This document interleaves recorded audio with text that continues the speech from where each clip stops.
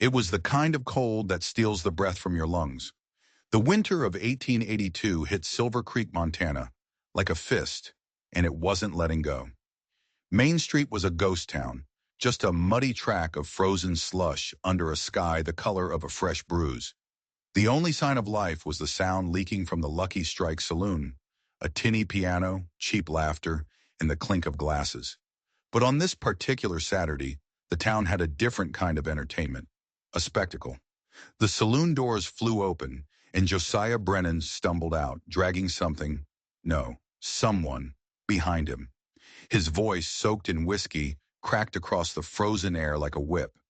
"Come on, you worthless thing," he bellowed. "Time somebody else dealt with you." The person he was hauling by the wrist was his own daughter, Martha. She was 19, a girl who should have been courted, maybe even married. But Martha Brennan's world was different.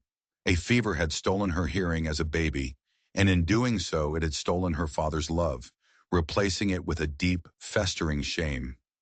She stumbled in the snow, her dress thin and useless against the cold.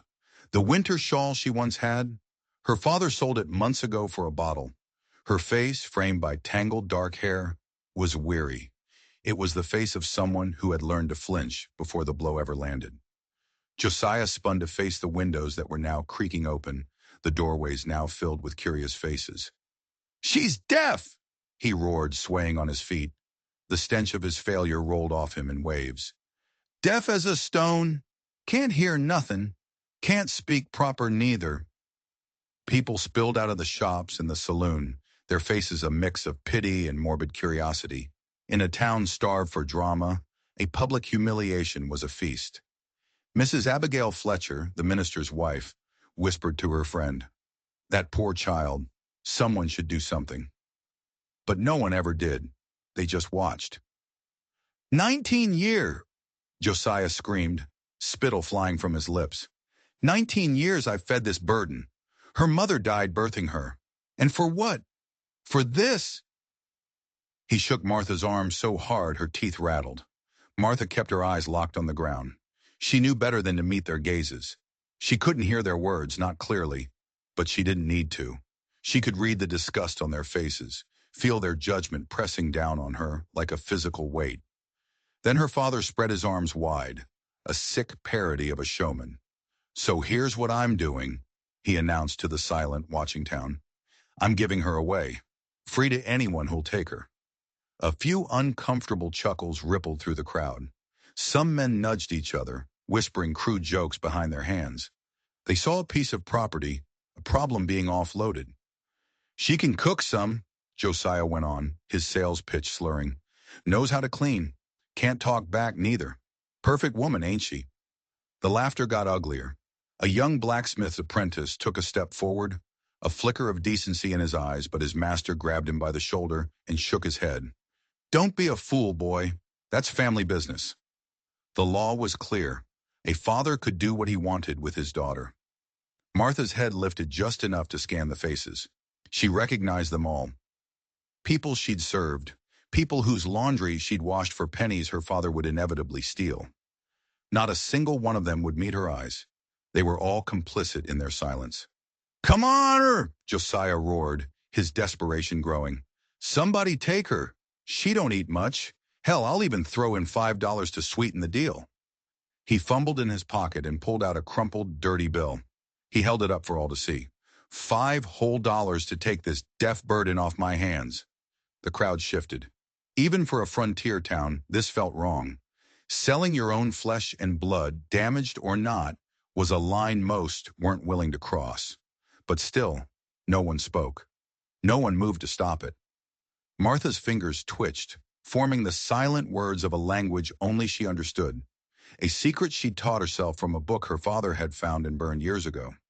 They were silent prayers in a world that refused to listen. "Nobody." Josiah sounded genuinely shocked. "She's young still, got all her teeth, strong enough for work." He jerked her forward, spinning her around like livestock at an auction. "Look at her. Ain't she worth $5 to somebody?" An old miner spat a brown stream of tobacco into the snow. "Josiah, you're drunk. Take the girl home." "Home?" Josiah laughed, a raw, bitter sound. What home? Henderson's threatening eviction. This millstone around my neck is sinking me. His anger suddenly collapsed into a puddle of self-pity, the way it always did. Please, he whimpered. Somebody's got to take her. I can't do it no more. Martha stood perfectly still, a statue of misery as snow began to collect in her hair. She had mastered the art of making herself small, of taking up as little space in the world as possible. If she could have vanished into the cold air, she would have. Sheriff William Cooper finally decided he'd seen enough. He sighed, pushed himself out of his office doorway, and started forward. He had to put a stop to this farce. But before he could take 2 steps, the crowd went silent. Their attention shifted. A figure was emerging from the swirling snow at the far end of the street. He moved like a ghost, a legend walking out of the wilderness. He was massive, nearly 7 feet tall, wrapped in a buffalo hide coat that had seen 100 winters. His long black hair, streaked with silver, fell past his shoulders. His face was a roadmap of scars, each one telling a story you'd be a fool to ask about. He was Apache. It was plain to see in his features, in the fluid, silent way he walked.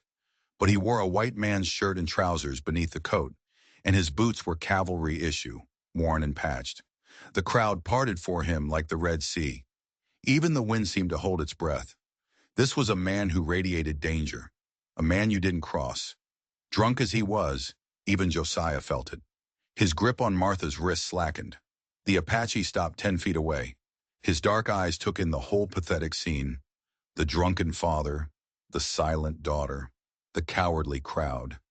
His gaze settled on Martha, and for a fleeting moment, something in his expression changed. It wasn't pity. This man didn't deal in pity.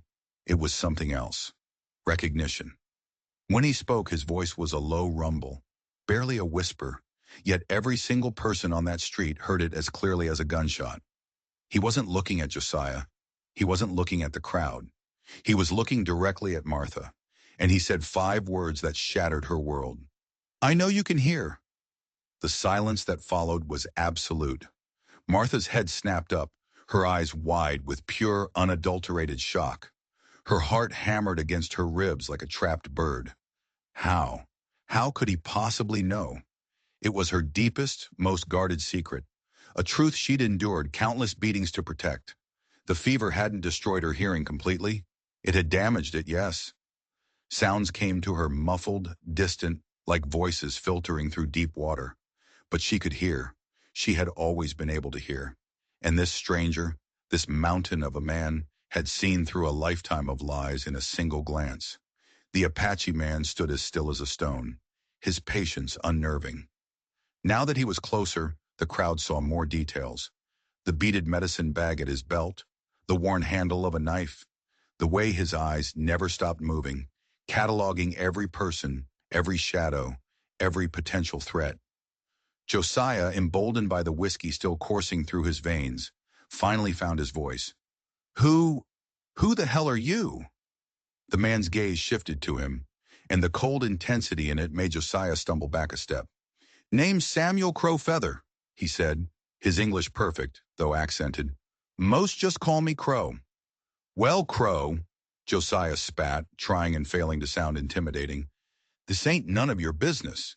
This is a family matter. You offered her to anyone. Crow's voice was flat, without emotion. I'm anyone. A nervous murmur rippled through the crowd. Someone whispered, that's the one. Lives up on Bear Mountain. Scouts for the army sometimes. Another added, trades pelts twice a year. Never causes trouble. A third voice, laced with poison, cut through the whispers. Still Apache. Crow ignored them all. His attention was solely on Martha.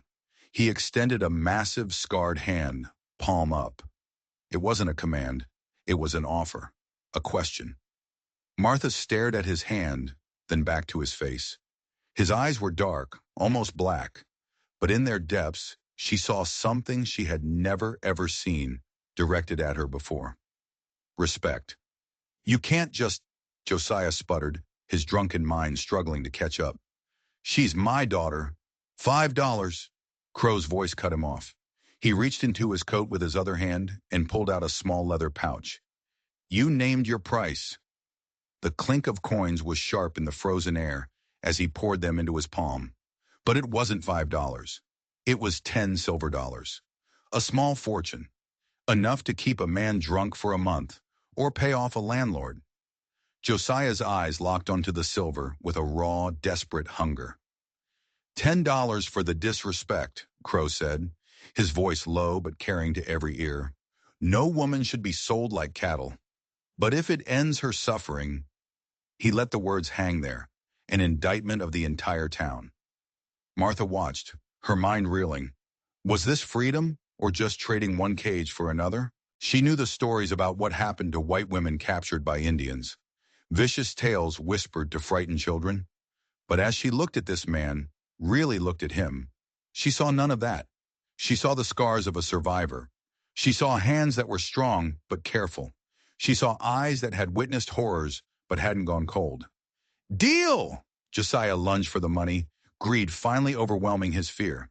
She's yours, Apache, and good riddance. He shoved Martha forward so hard she nearly fell. Crow caught her arm, his grip surprisingly gentle, steadying her. Up close she could smell him. Not whiskey and filth, like her father, but wood smoke, pine needles, and something wild and clean, like the forest after a hard rain. Her things, Crow stated, not a question. Josiah let out a wet, ugly laugh. What things? The dress on her back is all she's got. It was true. Everything Martha treasured in the world was hidden under a loose floorboard back in their rented room. Her mother's bronze hairbrush, a few worn books, and a small wooden doll her mother had carved for her before she died. She had learned long ago to hide what mattered. Sheriff Cooper finally shoved his way to the front. Now hold on just a minute. You can't just buy a person, Crow. Even if she's deaf? Crow's voice now had an edge of steel. Even if her own father throws her into the street for all to see? Where were you 5 minutes ago, Sheriff, when this was happening? The sheriff flushed, shamefaced. That's different. You were about to do nothing, a sharp voice cut in. It was Mrs. Fletcher, the minister's wife. She stepped forward, her chin held high. Like always, we all were. We have watched this child suffer for years and done nothing. She looked at Martha, her eyes swimming with tears. I'm sorry, dear. We all are. But Martha wasn't looking at her. She was looking at Crow, because his hands were moving. He was speaking her secret language. The signs were slightly different, an older dialect mixed with military signals, but she understood every single word. You decide. Come with me or stay. Your choice. The shock of it nearly buckled her knees. To see her private language on the hands of this stranger in the middle of Main Street, it was impossible. Her own hands trembled as she signed back. You know signs? His hands moved with a surprising fluency for their size. Had a friend once. Cavalry scout. Lost his hearing to cannon fire. He taught me. He said silent speech was sacred. Only truth could live in it. Tears burned at the back of Martha's eyes. Years of isolation, of being an object of pity and disgust. And in an instant, this man was speaking to her. Not at her. To her. As an equal. Her hands moved, hesitant. Why? Why help me? Crow was still for a moment. Then his hands formed the words that would change her life. Because I know what it is to be seen as less than human. To have people fear what they don't understand. What's all that hand-waving? Someone shouted from the crowd. They're talking, Sheriff Cooper said, his voice filled with dawning comprehension. She's talking, Josiah protested, clutching his silver dollars. She's deaf and dumb. Deaf, maybe, Crow said aloud, his eyes never leaving Martha's face. Dumb? No. He signed to her again, his gaze intense. Will you come? Martha looked around, at the hostile faces, at the pitying faces. None of them understood. She thought of the cold room above the hardware store, of her father's fists, of 19 years of being a burden, a thing, a shame. Then she looked at Crow, patient, still, offering her not ownership, but a choice, the first real choice she had ever been given. She nodded, a single decisive nod. Good, Crow said. He shrugged off his massive buffalo hide coat and wrapped it around her shoulders. It was heavy and warm, smelling of smoke and safety, and it swallowed her small frame completely. "We go now." "Wait!" Josiah seemed to snap out of his drunken haze, a sliver of sobriety returning as he realized what he'd just done. "I didn't mean it. She's my daughter." "Was," Crow corrected him, his voice flat and final. "You took the silver, in front of witnesses. But she can't just go off with a savage." The words were spat out by Silas Boone, the bank manager's son, a young man whose arrogance was as carefully waxed as his mustache. "It ain't decent." Crow's expression didn't change, but his entire posture shifted. Suddenly, he seemed to take up all the air on the street. "More decent than selling her for whiskey money?" "You know what I mean," Silas pressed, too proud to back down. "A white woman with an Apache. People will talk." "People always talk," Crow said. And then he did the most insulting thing he could do. He turned his back on them all. He signed to Martha. "My horse is at the end of the street. Can you ride?" "A little," she signed back. "Good enough." They started walking. The crowd parted for them, but this time it was with a grudging, resentful reluctance. Martha kept her head high, feeling their stares like daggers in her back. She could hear the whispers starting, ugly and venomous, but wrapped in the impossible warmth of the buffalo coat. Walking beside this scarred giant who spoke her silent language, she felt a flicker of something she hadn't felt in years. Hope. Behind them, Josiah's voice rose in a pathetic wail. "Martha! Martha, come back! I didn't mean it! I'm your father!" She didn't turn around. She had been deaf to his pleas for mercy for years. It was easy to be deaf to them now. Crow, sensing her resolve, placed a gentle hand on the small of her back, guiding her forward. At the end of the street, a pinto horse stood waiting, its black and white patches stark against the snow. Crow swung into the saddle with an easy grace, then reached down for her. She hesitated for only a heartbeat before taking his hand. He pulled her up, settling her sideways in front of him, shielded by his body. "This ain't over, Crow," Silas Boone shouted from the crowd. "Sheriff, you can't just let him take her." Sheriff Cooper let out a long, weary sigh. "No law's been broken here, Silas. Leave it be." "But she's what?" The sheriff's voice suddenly turned hard as iron. "Deaf? Unwanted? Better off anywhere but here? Which one were you about to say, Silas?" Crow turned the horse toward the mountain trail. As they moved away, Martha risked one last look back. Her father was on his knees in the middle of the street, clutching the silver dollars in one hand, the other reaching out for her. A part of her, the part that had always longed for a father's love, felt a pang of pity. Then Crow clicked to the horse, and they were moving, leaving Silver Creek and its poisoned judgment behind them. The snow was falling heavier now, a thick white curtain that was already erasing their tracks, swallowing the town, swallowing her past. Martha pulled the heavy coat tighter and leaned back against Crow's solid chest. She had no idea what lay ahead. She didn't know if she had just traded one prison for another, more dangerous one. But for the first time in 19 years, she was moving towards something, instead of just enduring. And as the last rooftops of Silver Creek vanished into the swirling white, she decided that was more than enough to start with. The climb up Bear Mountain was a 3-hour journey into another world. The falling snow and gathering dark swallowed them whole, plunging them into a silence deeper than any Martha had ever known. Ancient pines stood like silent sentinels, their branches heavy with white. The only sounds were the horse's breathing and the soft crunch of its hooves. Crow didn't speak, but it wasn't the menacing quiet of her father's rages. This was a patient, comfortable silence. Every so often, his hand would move in her peripheral vision, signing simple instructions. "Hold tight here. Low branch, almost there." The cold should have been unbearable, but wrapped in his coat, with the solid wall of his body at her back, she felt a profound sense of safety she couldn't remember ever feeling before. It was full dark when they finally arrived at a small cabin nestled against a sheer rock face, so perfectly placed it was almost invisible. Crow lit a lantern by the door, and the warm yellow light spilled out onto the snow. "Wait," he signed, then dismounted and reached up for her. Her legs, numb and stiff from the ride, nearly gave way, and he steadied her with that same careful, deliberate touch. But it was the inside of the cabin that made her stop and stare. She had expected a dirt floor, crude furniture, a primitive shelter. What she found was a home. Clean wooden planks covered the floor. A proper iron stove radiated a bone-deep warmth. And the shelves were filled with books, dozens of them. Tools hung neatly on the walls. Bunches of dried herbs scented the air with sage and sweetgrass. And everywhere, there were carvings. They were on every surface. Intricate patterns flowed across the table and chairs. Tiny, lifelike animals marched along the edges of the shelves. A wolf, head thrown back in a silent howl. An eagle with wings spread so wide you could almost feel the wind beneath them. And on the mantel, a woman's face emerging from a piece of wood, so real Martha half expected her to blink. Crow followed her gaze.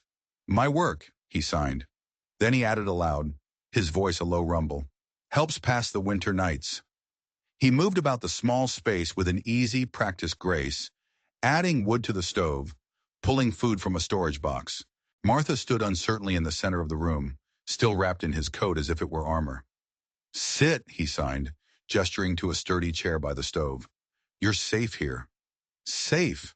It was such a small word for such an enormous feeling.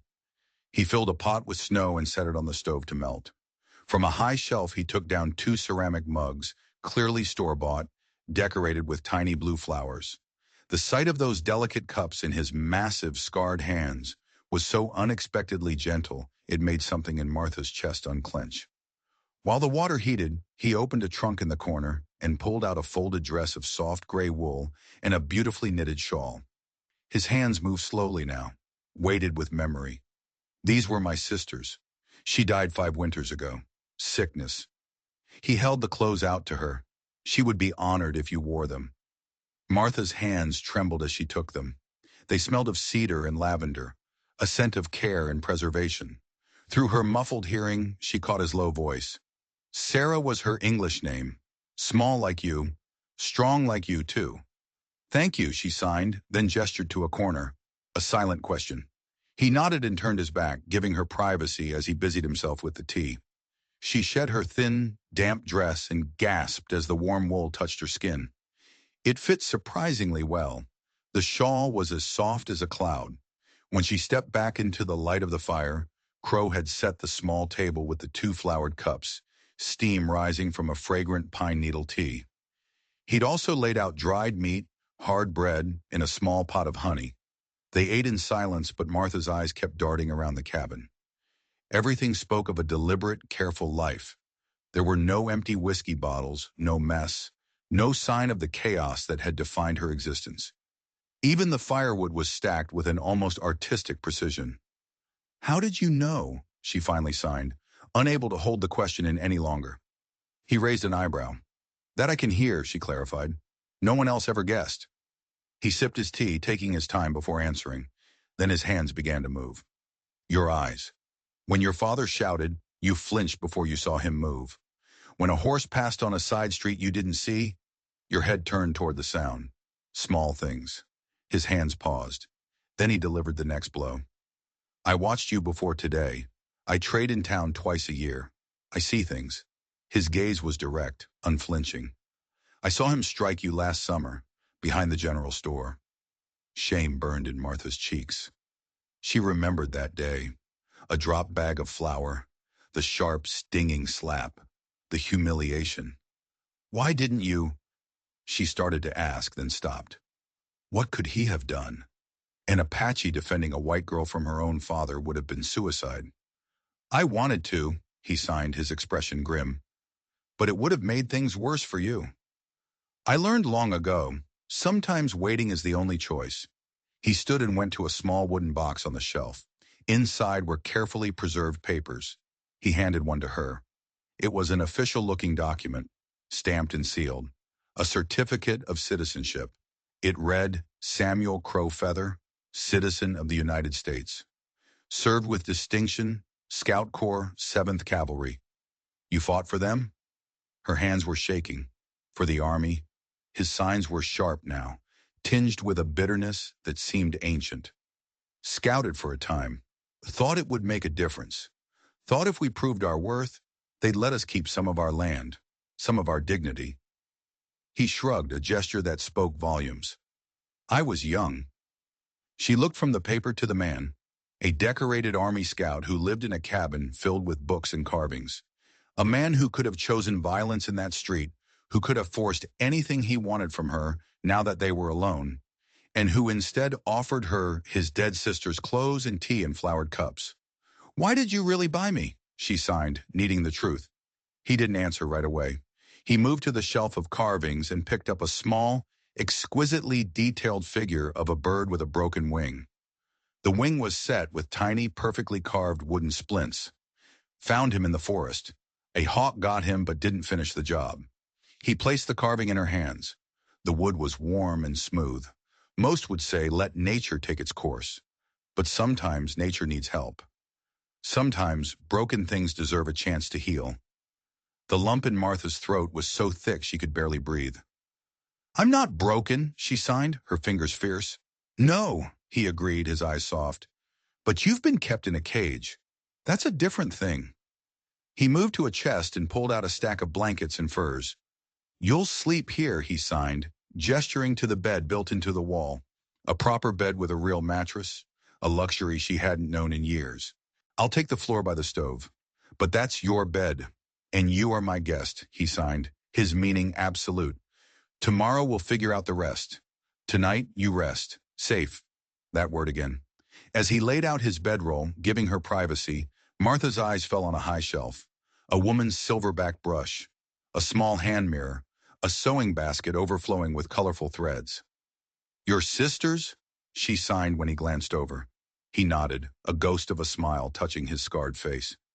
Couldn't bring myself to pack them away. She loved beautiful things. Said just because we lived in the wilderness didn't mean we had to live like animals. Martha thought of her own mother's bronze brush, her only beautiful thing, hidden away from her father's greed. She sounds wise. She was, he said simply. He banked the fire for the night, his movements economical and sure. Sleep now. Long day tomorrow. What happens tomorrow? He met her gaze from across the dimly lit cabin, and his answer was the most terrifying and wonderful thing she had ever heard. You decide. Martha climbed into the bed. The mattress was filled with fragrant pine needles, the blankets heavy and warm. From where she lay, she could see the carved animals on the shelves, their shadows dancing in the dying firelight. She watched Crow settle by the stove, his huge frame making the cabin feel both smaller and infinitely more secure.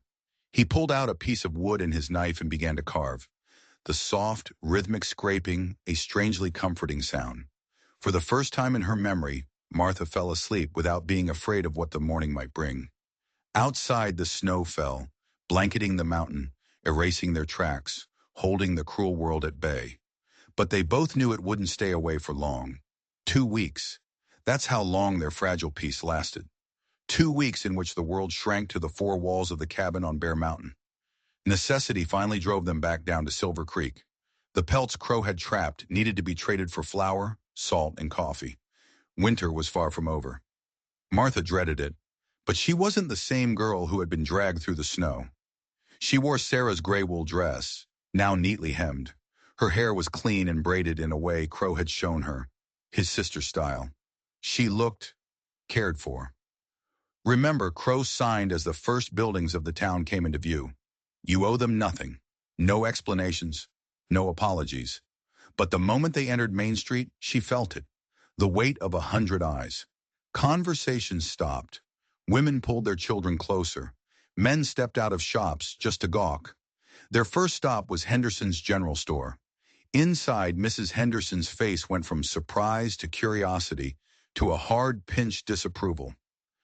Well, she said, her voice loud enough for everyone to hear, look what the wind blew in. Crow ignored her, moving through the store with calm purpose, gathering their supplies. Martha followed in his wake, trying to block out the whispers she could now hear all too clearly. Living in sin up there. Poor thing, Probably doesn't even understand what he's doing to her. What else would you expect from an Apache? At the counter, Mrs. Henderson tallied their goods with sharp, angry movements. "That'll be $2.40, she announced, then added with a sickeningly sweet smile. "Though I wonder if the young lady knows what kind of arrangement she's entered into." Before Martha could react, Crow placed the money on the counter. "The lady knows exactly where she is," he said, his voice a low, dangerous rumble, "which is more than some can say."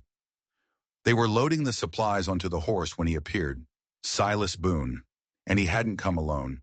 He was flanked by two of his friends, young men puffed up with arrogance and cheap whiskey. "Miss Brennan," Silas called out, pointedly ignoring Crow. "Martha, you don't have to stay with him. The church has agreed to take you in. You can live respectably." "She can't hear you, you fool," one of his friends laughed. "Though looking at her now, all cleaned up, shame about the ears. She'd be pretty otherwise." "Pretty enough for some things," the other added with a greasy leer that made Martha's skin crawl. Crow straightened up slowly, and the three of them took an involuntary step back. But Silas, driven by his wounded pride, pushed forward. "We're trying to help," he insisted, finally addressing Crow. "It ain't right, her living up there with you. People are talking. They're saying things, nasty things, about what an Apache would want with a white woman who can't even scream for help." The ugly implication hung in the air like poison. Crow's jaw tightened, but instead of answering Silas, he turned and signed to Martha. "Your choice. We can leave now." She shook her head. They needed these supplies, and she was done with running. She stepped forward, turned to face Silas Boone, and spoke. Her voice was rusty from disuse, but it was clear, and it cut through the cold air like a knife. "I can hear you," she said. "Every filthy word." The shock on their faces was a sight to behold. For a moment, no one moved. No one breathed. Then she found her strength. "I've always been able to hear," she continued, her voice growing stronger with every word. "I've heard what this town whispers about me. About him. I heard you that day. And I hear you now." "You? You can talk?" one of Silas's friends stammered, his face pale. "Where was your respectable help when my father was beating me?" Martha demanded, her gaze sweeping over the crowd that was now gathering. "Where was the church when I was starving? Where were any of you when he tried to sell me like an animal?" "Now see here," Silas began. "No." Her voice cracked like a whip. "You see? This man," she gestured to Crow, who stood behind her, a silent, unmovable mountain, "has shown me more decency in 2 weeks than this entire town has in 19 years. He treats me as a person, not a burden, not a thing to be pitied or used." Her eyes found Mrs. Fletcher in the crowd. "You call him a savage. He carves beauty from wood while you cultivate ugliness in your hearts. You talk of charity while practicing none. So yes, I choose to stay with him, not because I have to, because I want to." "But your reputation, dear," Mrs. Fletcher cried, genuine concern in her voice. "Surely you know what people are saying, that you're his woman." "He has made me nothing," Martha said, her cheeks burning but her voice steady. "For the first time in my life, I am allowed to just be." Silas's face was a mask of fury. "This ain't over. Sheriff Cooper might look the other way, but there are federal laws about Indians corrupting white women. Federal marshals who have better things to do than harass a decorated Army scout and a woman of legal age making her own choices." A tired voice cut in. Sheriff Cooper pushed through the crowd. "Silas, go home. All of you. This is over." "But Sheriff, I said go home." Cooper's voice left no room for argument.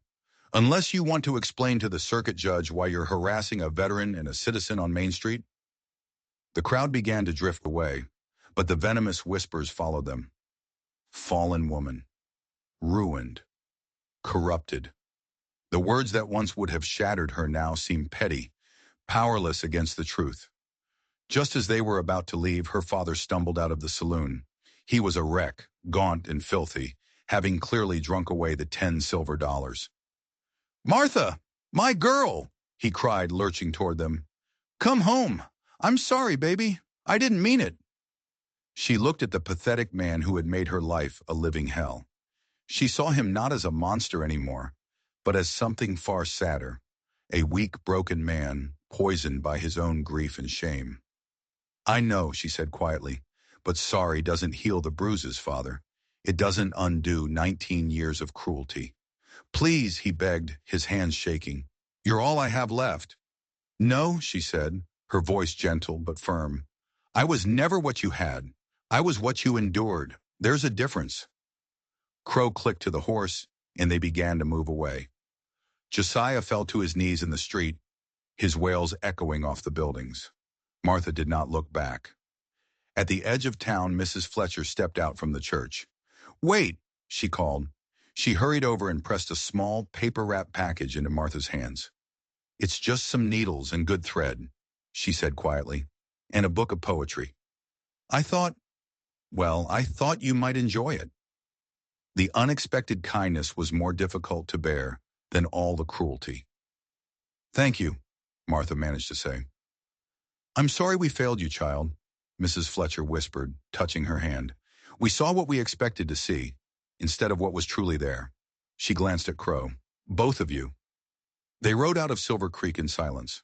Martha sat straighter this time, wearing the buffalo coat not as a shield, but as armor. The town and its judgment were behind them, but she knew with a cold certainty that it wasn't over. Men like Silas Boone did not forgive humiliation. The town's judgment would grow teeth. You spoke well. Crow signed once they were back on the mountain trail. I was angry. Good, he signed back. Anger is better than fear. It speaks the truth. He reined in the horse, turning slightly so he could see her face. His own was unreadable, carved from stone and shadow, but his hands were gentle as they formed the words. Silas will make trouble. He won't let this go. I know. He held her gaze for a long moment. Then he signed something that made her heart stop. What he said about you being my woman, in the eyes of my people, sharing a home, sharing a fire, it makes it true. The unspoken question hung in the air between them. And in the eyes of your heart? She signed back, her fingers trembling. He didn't answer with his hands. Instead, he reached out and gently brushed a stray piece of hair from her face. His touch was hesitant, respectful, but it sent a jolt of lightning through her. He clicked to the horse, and they continued their climb up the mountain, towards the cabin that was now, truly, her home. The fight wasn't over. In fact, it had just begun. And they both knew the next time trouble came up this mountain, it wouldn't be with whispers. It would be with guns. Winter tightened its grip, bearing the mountain in a deep, profound silence. The days in the cabin settled into a rhythm, a peaceful, purposeful routine that was entirely new to Martha. She woke to the smell of coffee and the sight of Crow tending the fire. He taught her how to read the clouds, how to set a snare, how to find medicine in the bark of a tree. And in the evenings, by the warm light of the oil lamp, he taught her to read. She devoured the books on his shelves, Shakespeare, Emerson, field guides. Her mind, starved for 19 years, was a ravenous thing. He also taught her the fluid, graceful plains, Indian trade sign, a language of poetry and truth. Your hands are quick, he signed one night. I had years of practice hiding my words, she signed back. Now I want to speak them all. A rare smile touched his scarred face. Careful. Words have power, especially the silent ones. She was learning him too, the way he would wake in the night from dreams he never spoke of, the way he was impossibly gentle with small wounded things. An invisible thread was weaving itself between them, day by day, moment by moment. One night she was mending one of his shirts, her stitches clumsy. She pricked her finger. Here, Crow said softly. He knelt beside her, his large hands guiding hers, showing her the proper way to hold the needle, his touch sending a tremor through her arm. Their heads were close, his breath warm against her cheek. She was reaching for the scissors when her hand brushed his. The contact was brief, accidental, but it was like a spark landing in dry tinder. They both froze. He looked at her, and in his dark eyes she saw not the arrogance or pity of the men in town, but a deep, aching tenderness mixed with a profound respect. It was a look that saw all the way into her soul. He pulled back abruptly and stood. I'll check the horses, he muttered, and fled into the cold night. Martha sat by the fire, her hands still tingling. She was falling in love with this quiet, scarred man, and the thought terrified and thrilled her in equal measure. The tension was still thick in the air the next morning when they heard it, the sound of multiple horses moving fast up the trail. In an instant, Crow transformed. The patient teacher vanished, replaced by a warrior. He had his rifle in hand before the sound had even fully registered in Martha's mind. "Stay down," he commanded, his voice low and urgent, positioning her behind the solid wall of the cabin. No matter what, it wasn't a random band of riders. It was a posse from town, and Silas Boone was at its head. There were 5 of them, all armed, all with the grim, self-righteous expressions of men convinced they were doing God's work. "Crow Feather," Silas shouted, his voice echoing in the clearing. "We know you're in there. Send the girl out. We're here to rescue her." Crow stepped out onto the porch, his rifle held loosely at his side, a picture of deadly calm. "No one here needs rescuing, Boone. That's not for you to decide." It was Harold Garrett, the blacksmith, a decent man who'd clearly been poisoned by Silas's rhetoric. "Martha Brennan, if you can hear us, we're here to help. Your father has sobered up. He wants you home." A bitter laugh escaped Martha's lips. Her father sober, a lie as transparent as glass. "We have a warrant," Silas announced, waving a piece of paper like a trophy. "Signed by a judge over in Cedar Falls, for the corruption of a mentally deficient white woman by a savage Indian." Mentally deficient.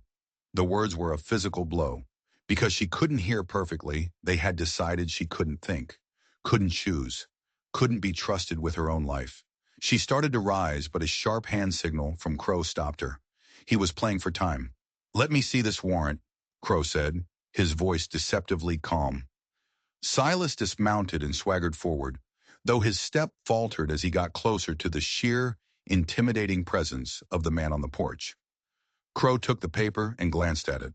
"This is signed by a county judge with no jurisdiction on federal land," he said, handing it back. "This land was ceded to me by treaty for my service to the United States Army. Also, it names a Martha Brennan. No such person lives here." "Don't play games with us, Apache," Silas snarled. "We know she's in there." "Martha Crow Feather lives here," Crow said, his voice ringing with authority. And then he delivered the master stroke, a lie so bold it was almost the truth. "My wife." The word hung in the frozen air. Martha's heart stopped. Wife? They hadn't. He hadn't. But then Crow's eyes found hers through the window, and his look was clear. "Trust me." "That's a lie," Silas spat. "She wouldn't. She's not capable of—" "I am perfectly capable." Martha stepped out of the cabin door, moving to stand beside Crow, her shoulder brushing his. She had heard enough. "I am capable of choosing where I live and who I live with," she said, her voice clear and strong. "Martha, you don't understand," Harold Garrett pleaded. "This Indian has taken advantage of you, confused you. The only people who have taken advantage of me," she cut him off, "are the ones who assume my damaged ears meant a damaged mind. The ones who spoke about me like I was a piece of furniture. The ones who saw me as a burden, but never as a person." "But you're not married," Silas insisted, his face turning red. "There's been no ceremony." Martha looked at Crow. He gave her the slightest nod. She remembered what he had taught her of his people's ways. "Apache marriage requires only 3 things," she said, her voice ringing with a conviction she didn't know she possessed. "A man and a woman choosing each other, sharing a home, and a public declaration." She reached out and took Crow's hand. His fingers closed around hers, warm and strong.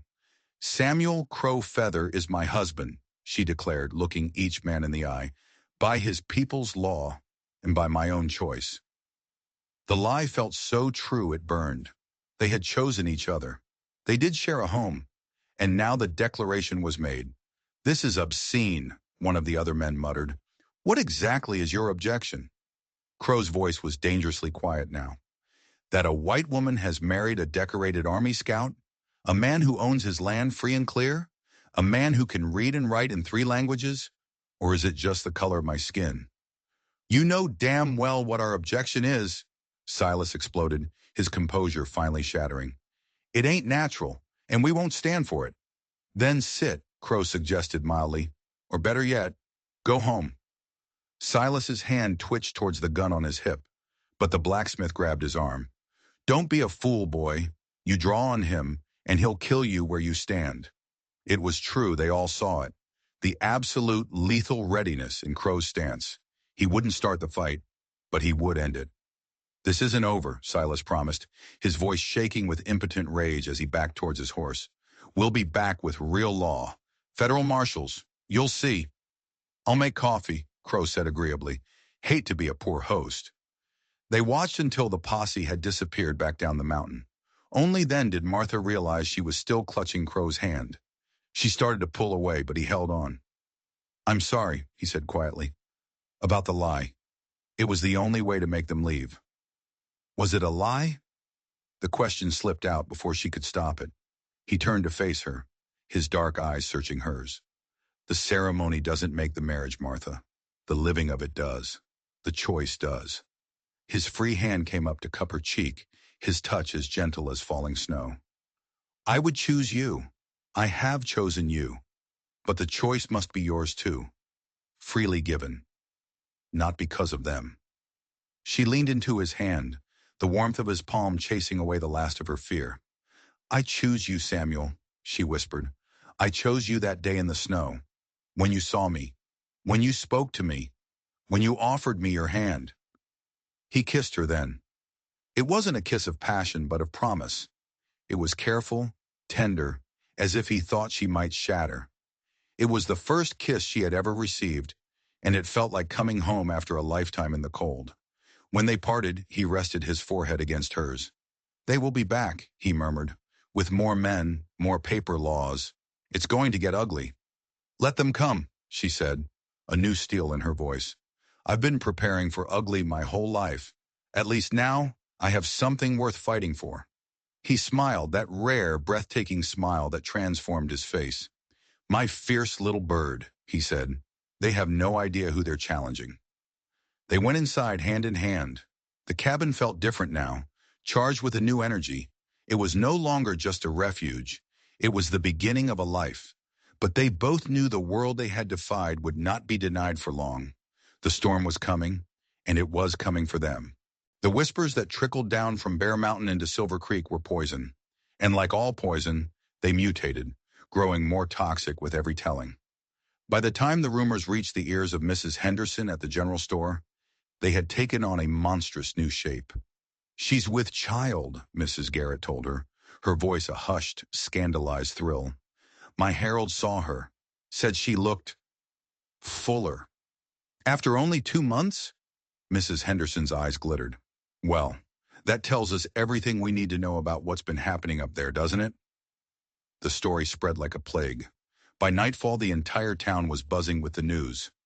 Martha Brennan, the poor deaf girl, was carrying the Apache's child. It was a lie, of course, a biological impossibility. But in the twisted logic of prejudice, facts were an inconvenience. Silas Boone latched onto the rumor like a starving dog on a bone. It was the weapon he needed. I told you all, he crowed in the saloon. That savage has ruined her, defiled her, and now she'll bear his half-breed spawn. Up on the mountain, Martha and Crow knew nothing of the storm of lies brewing below. Their world had become sweeter, more intimate.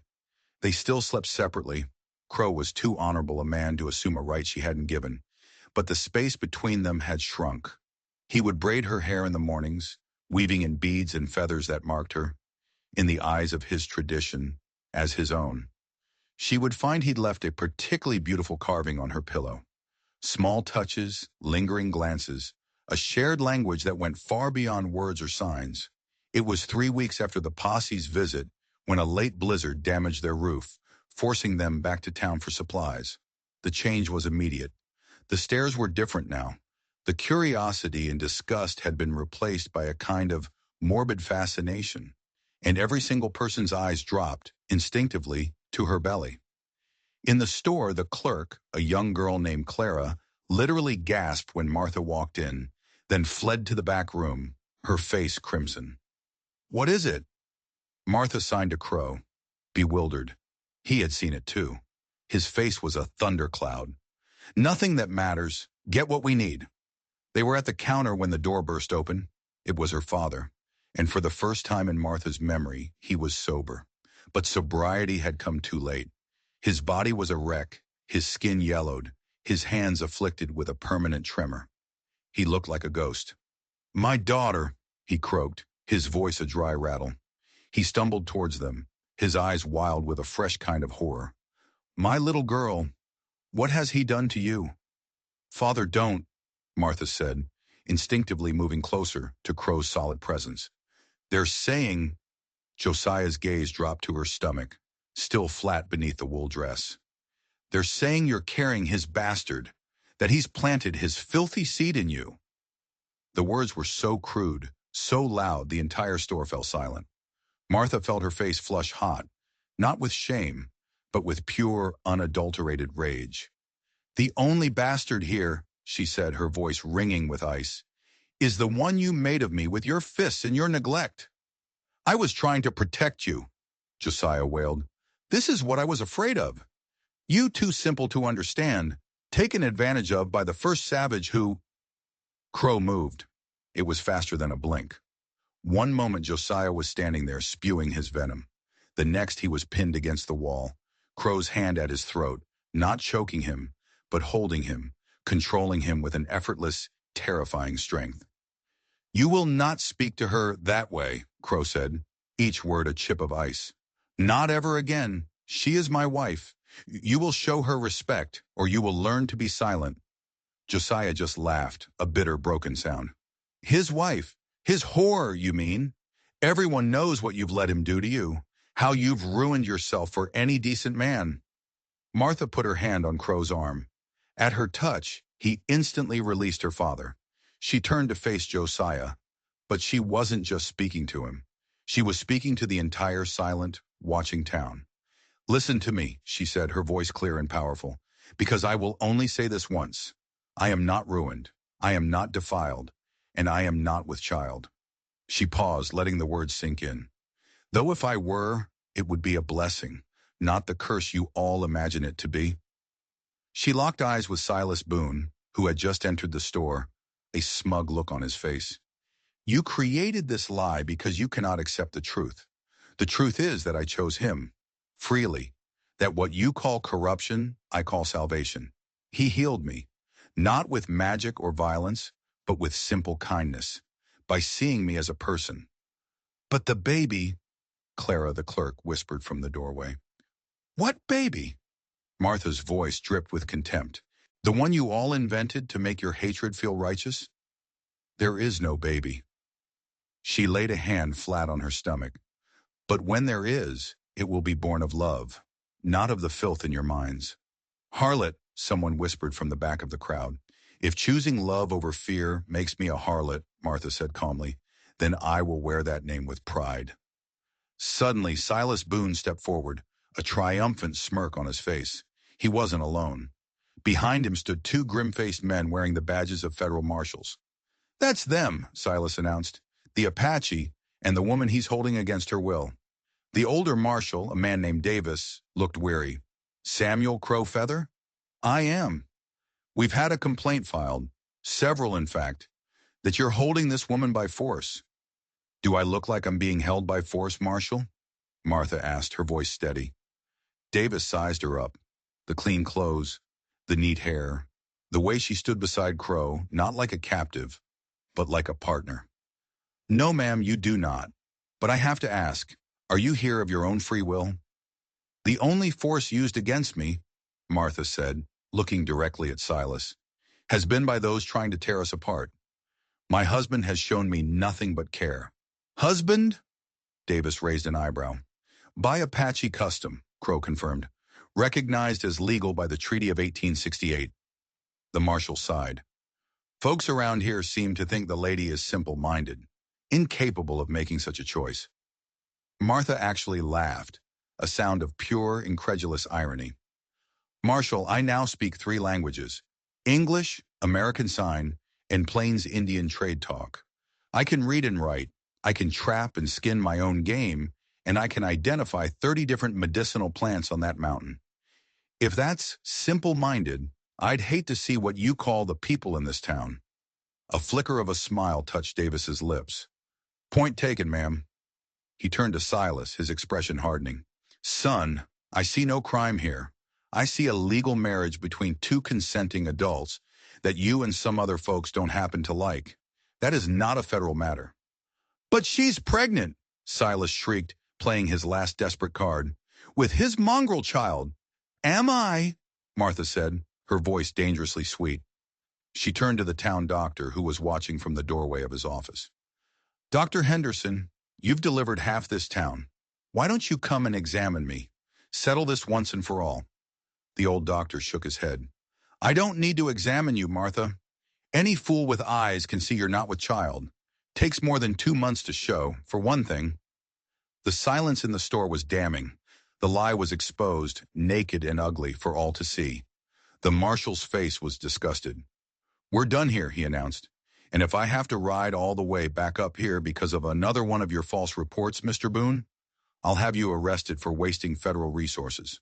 As the marshals left, Silas turned on Martha, his face a mask of pure hatred. "You think you've won? You'll be outcast forever. You and your half-breed brats." Crow took a step, but Martha put a hand on his chest, stopping him. This was her fight.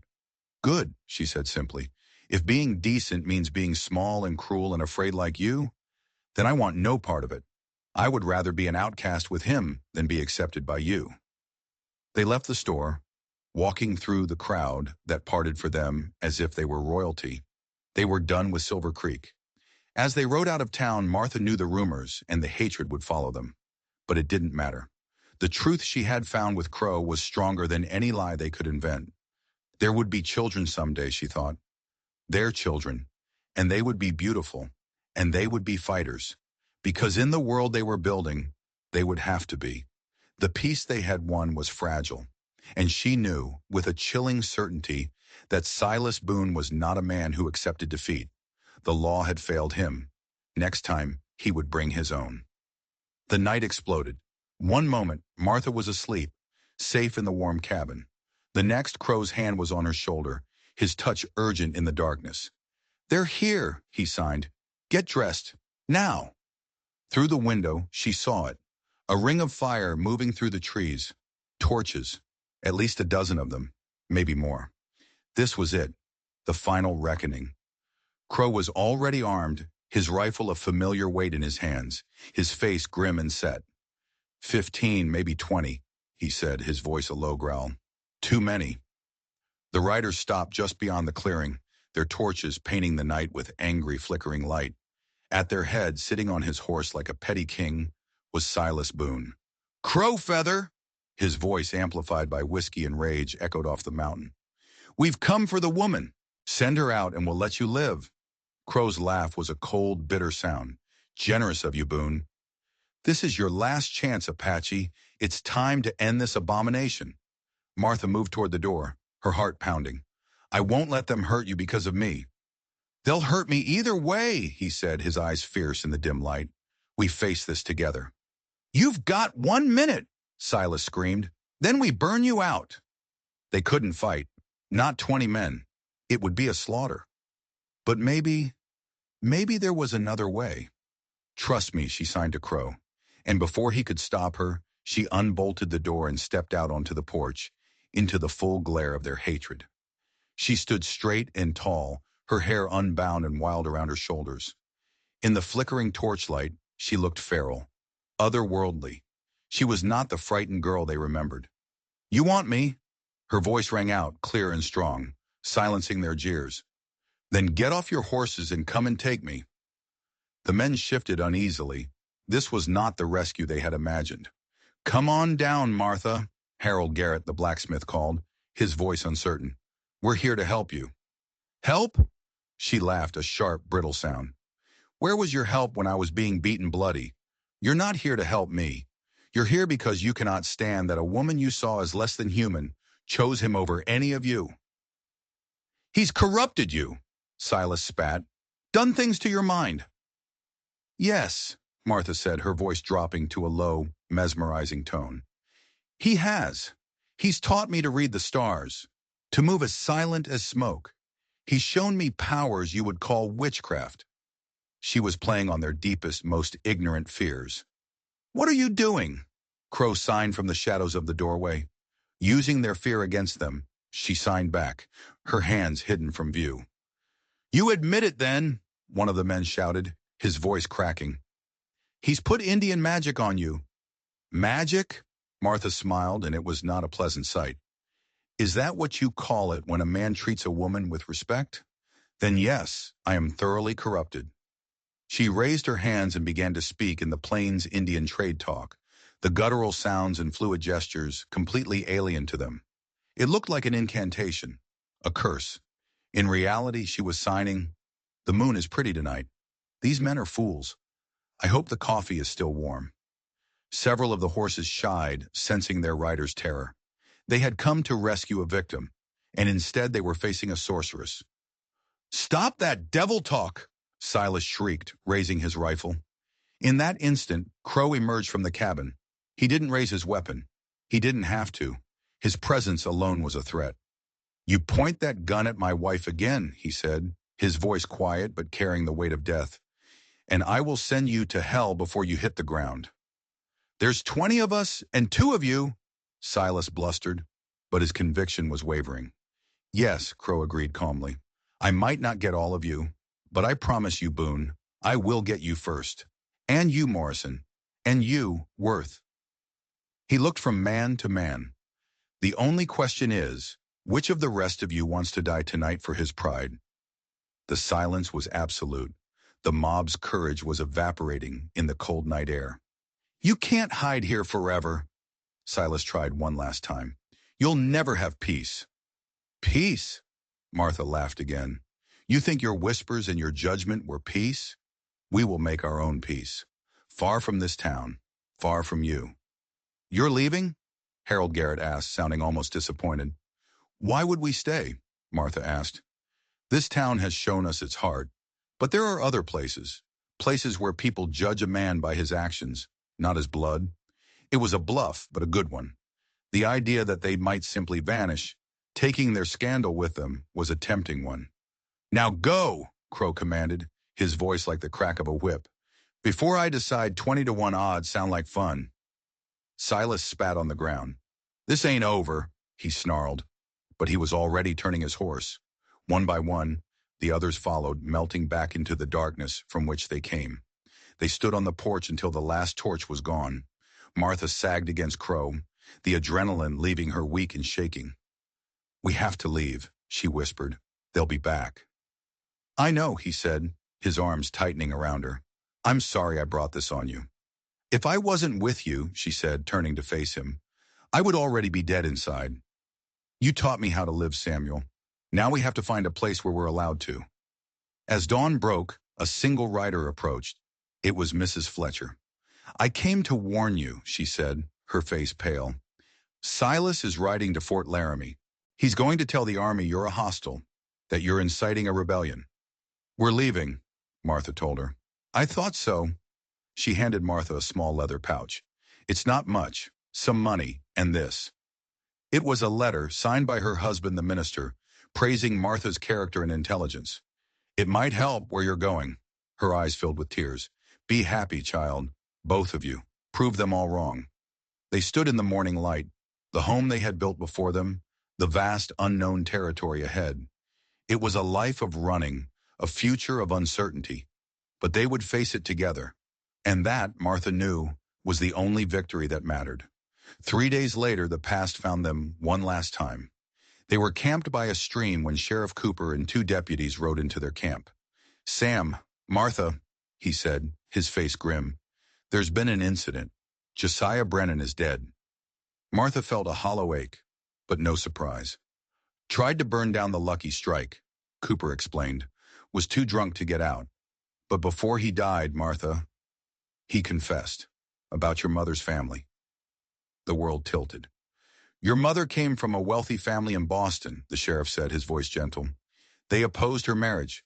When she died, they wanted you. But Josiah, he told them you were simple-minded, unfit to travel. They've been sending him money every month for 19 years, Martha. Money for your care. Money he drank away.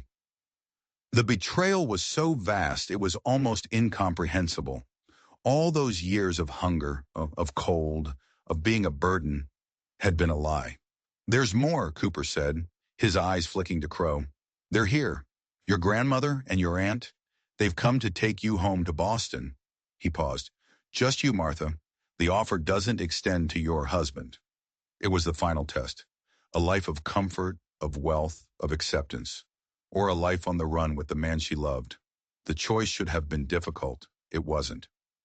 The next morning they rode back into Silver Creek. In the sheriff's office, two women in expensive black dresses waited. Her grandmother, Margaret Whitmore, was a severe, cold-looking woman. Martha, she said, her voice crisp and dismissive of Crow. We've come to take you home. There's no reason for you to remain in this situation. This situation is my husband, Martha said, resting her hand on Crow's arm. And this is my home. Don't be ridiculous, her grandmother snapped. You can't possibly choose to stay here with him. Think of your future. Your children. I am, Martha said, her voice ringing with a newfound power. I want my children to grow up strong, to know their worth isn't measured in dollars or society's approval. I want them to know that love is worth more than comfort. She looked at the woman who shared her blood but not her heart. You didn't want me for 19 years. You sent money to soothe your conscience, but you never came. This man, she said, her voice softening as she looked at Crow, saw me when I was invisible. He heard me when I was silent. He loved me when I was unlovable. Your world has nothing to offer me that is worth more than that. She turned and walked out of the office, Crow at her side. The entire town was gathered in the street. But as they walked towards their horse, something amazing happened. Mrs. Fletcher stepped forward. God bless you both, she said, her voice loud and clear for all to hear. Then the young blacksmith's apprentice nodded his head in respect. Then Dr. Henderson. A few at first, then a few more. A small tide of decency turning against the larger one of prejudice. They rode out of Silver Creek for the last time, not as outcasts, but as victors. They wouldn't run to California. The cabin on Bear Mountain was their home, won by law and by love. They would stay. They would fight. They would build their life right here, in the face of all who had wronged them. That night, as snow began to fall, blanketing the mountain in a clean white peace, they stood outside their home. The lights of the town twinkled below, a world away. Any regrets? Crow asked, his arms wrapped around her. Only that it took so long to find you, she whispered, turning in his arms. He kissed her then, a kiss of promises kept and futures beginning. I love you, she said, the words as easy and natural as breathing. And I love you, he replied, my fierce little bird, my warrior woman, my wife. They went inside and closed the door on the past. Their life would not be easy, but it would be theirs. And in a world that had tried to tear them apart, they had chosen to build something beautiful together. In the end, that was the only story that mattered. Thank you for listening to this incredible story of survival and love against all odds. What part of Martha and Crow's journey moved you the most? Let me know in the comments below. I read every single one. And if you enjoyed this story, do me a favor and hit that subscribe button, because we have so many more tales to share from the wild and forgotten corners of history.